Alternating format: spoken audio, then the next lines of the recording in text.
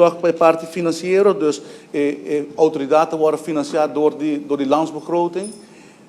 Contrario naar differente andere lijnen die supervisie of lijnen die bestuurlijke handhaving, kom in de wak op je biaku boet bij ten gunste die autoriteit, por exemplo, de caso de Banco Central, boet naar het Banco Central te imponeren, dat komt ten goede naar Banco Central, de entrada die Banco Central, per de caso aqui, boet naar de autoriteit aqui por leg op, is die collecte, por sobre a cometer infração, também para país Aruba. Dus het is diferente, het kansspelautoriteit, daarmee dingen bepalen, dus ik boet daarbij per kansspelautoriteit. De caso aqui, boet naar daarbij para cá de governo.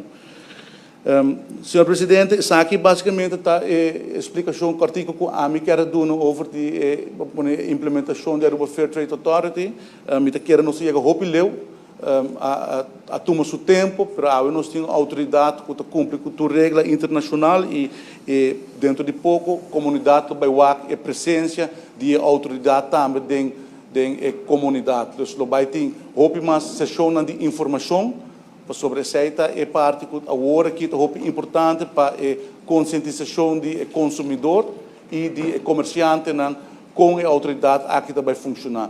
Está definitivamente uma melhoração da posição do consumidor e se me quer é bonito projeto e me quer que nós estamos contentes com nós temos de três of de todas fases dat bij ta hinka den autoridade aqui também é consumentenbescherming. Esse é no momento aqui nota parte da estrutura. Então agora aqui está somente parte basicamente de mededinging, pero ainda é parte de consumentenbescherming, está para fase 2. Agora aqui, mas bem em várias ocasiões, Sr. Presidente, nós temos dienst que é dienst, agora aqui temos CD com o consumentenhuurbescherming, e não nós está dando atenção para bem com o website novo, está preparando o website novo, procedura novo, para o consumidor ter tipo de proteção.